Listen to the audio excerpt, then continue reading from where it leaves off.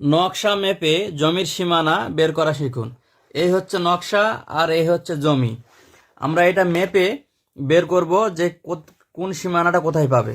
আচ্ছা, আমরা এখানে ধরে নিলাম যে এগুলো হচ্ছে জমি, 1 নম্বর দাগ, 2 নম্বর দাগ, 3 নম্বর দাগ, 4 নম্বর দাগ, আর এটা হচ্ছে 5 নম্বর দাগ।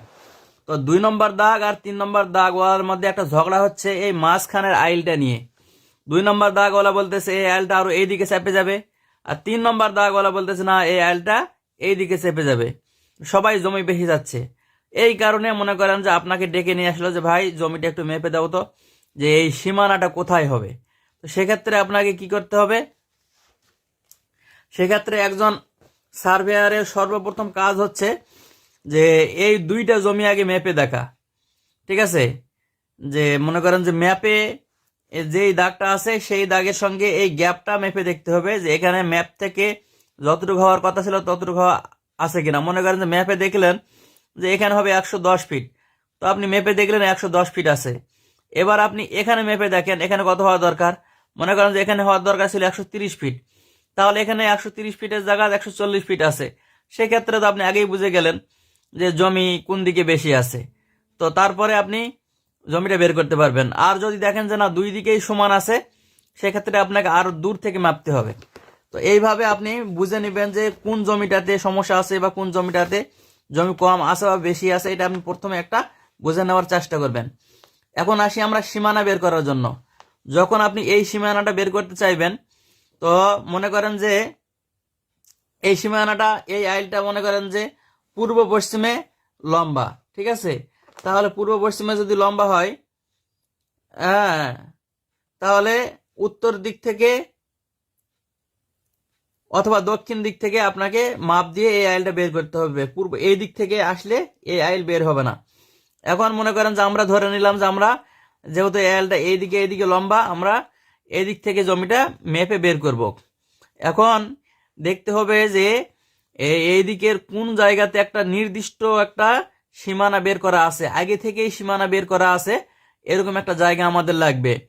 এটা আগে 30 সীমানার পিলার থেকে আমরা নিশ্চিত হতাম, কিন্তু ইদানিং 30 সীমানার পিলারগুলো যেহেতু পাওয়া যাচ্ছে না, এজন্য কোনো মসজিদ বা পুরো বাড়ি বা কিছুদিন আগে জমি মেপে সবাই মিলে মেনে নিয়েছে এরকম একটা দাগ মেপে বের করতে হবে। তো আমরা ধরে নিলাম যে এখানে এই দাগটা কিছুদিন আগে জমি মেপে আমিন সাহেবেরা বের করে দিয়ে গেছে যে এই দাগটা এখানেই হবে। এখন আমরা ম্যাপে চলে যাব 4 নম্বর দাগে, গিয়ে এই 4 নম্বর দাগ থেকে এই 3 নম্বর দাগের পরের যে আইল এই পর্যন্ত আমরা মাপ দিব। তো দেখেন, মনে করেন যে এটা আমাদের দাগ। ঠিক আছে? তো আমরা এখানে এভাবে স্কেল ধরবো, অনেক গুরুত্বের সাথে ধরতে হবে। এখানে একটা দাগের অনেক মূল্য, কিন্তু আমি যেহেতু এখানে উদাহরণস্বরূপ সেই জন্য আমি অতটা গুরুত্ব দিচ্ছি না। ঠিক আছে? তাহলে 200, 400, একটু কম, 200, 380, 380, 380। ও লিঙ্ক হিসাবে না, লিঙ্ক হিসাবে আপনাদেরকে আমি দেখাবো না, আমি আপনাদেরকে আরো সহজ করে দেই। এই যে দেখেন স্কেলে এই সাইডে বড় বড় ফাঁকা ফাঁকা দাগ আছে, আর এই সাইডের দাগগুলো একটু ঘন ঘন। যেই দিকের দাগটা ফাঁকা ফাঁকা, এদিকে এক ঘর থেকে আরেক ঘরের মাপ হচ্ছে, আপনাদেরকে আমি যেখানে দেখাই, যে ম্যাপটা মাপবেন এই ম্যাপের বাম দিকে দেখবেন যে এখানে লেখা থাকবে স্কেল 16 ইঞ্চি সমান 1 মাইল। যদি 16 ইঞ্চি লেখা থাকে, তাহলে এই বড় দাগের মান হচ্ছে 13 ফুট 13.20 ফিট, মানে 13 ফুট 2.5 ইঞ্চি করে একটা ঘরের মাপ। আর যদি আপনি ছোট দিক দিয়ে মাপেন, এই দেখেন স্কেলে একদিকে ঘন ঘন দাগ আছে, এগুলো ভালো করে দেখা যাচ্ছে না, তাহলে এক ঘরের মান হচ্ছে 6.60 ফিট, মানে মোটামুটি 6 ফিট 7 ইঞ্চি আর কি। তো এরকম আর কি। তো আমরা এখানে বড় দিক দিয়ে মাপতেছি,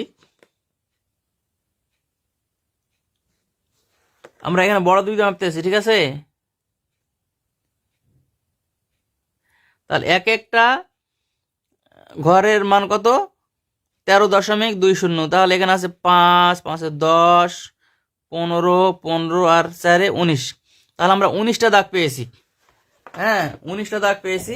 তাহলে কত ফুট হচ্ছে আমরা ক্যালকুলেটর দিয়ে বের করতে পারি, অনেকে খাতা দিয়ে করে, অনেকে মুখস্থ মৌখিক ভাবে পারে।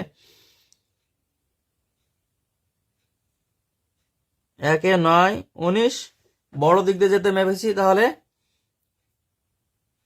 13.20 250 ফিট। তাহলে 250 ফিট যখন আপনি পেলেন, এখন ফিতা দিয়ে আপনি মাপ দিবেন যে এখান থেকে এটা 250 ফিট কোথায় পড়তেছে। তো এখান থেকে মাপ দিয়ে 250 ফিট যেখানে পড়বে সেটাই হচ্ছে সীমানা। এখন আপনি সেখানে দাগ দেওয়ার পরেও নিশ্চিতভাবে বলবেন না, এই আইল থেকে আবার তার পরের আইলটা মাপ দিয়ে দেখবেন যে এটা সুন্দরভাবে মিলে যাচ্ছে কিনা।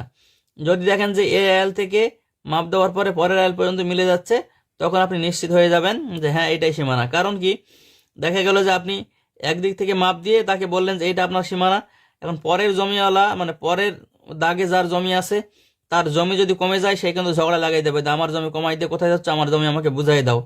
এই কারণে সে বলার আগেই আপনাকে পরের দাগের জমি কম আছে কিনা এটা দেখতে হবে। যদি মিলে যায় তাহলে ভালো, আর যদি না মিলে যায় তাহলে আরও মাপ দিতে হবে যে তার পরের দাগে এই জমিওয়ালার জমি ঢুকে গেছে কিনা। এইভাবে আশেপাশের জমিগুলো যদি আপনি সঠিকভাবে মিলাই দেন, তাহলে আপনি সুন্দরভাবে মাপ বের করতে পারবেন ইনশাল্লাহ। এটা ছিল মোটামুটি একটা ভিডিও।